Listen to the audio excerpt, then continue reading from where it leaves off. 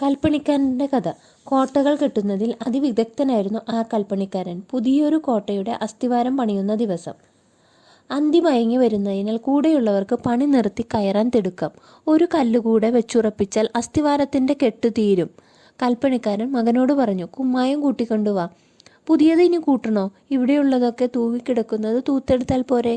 ഈ ഒരു കല്ലുകൂടിയല്ലേ ഉള്ളൂ. അങ്ങനെ തൂത്തെടുക്കുന്ന കുമ്മായച്ചാന്തിന് ബലം കിട്ടില്ല.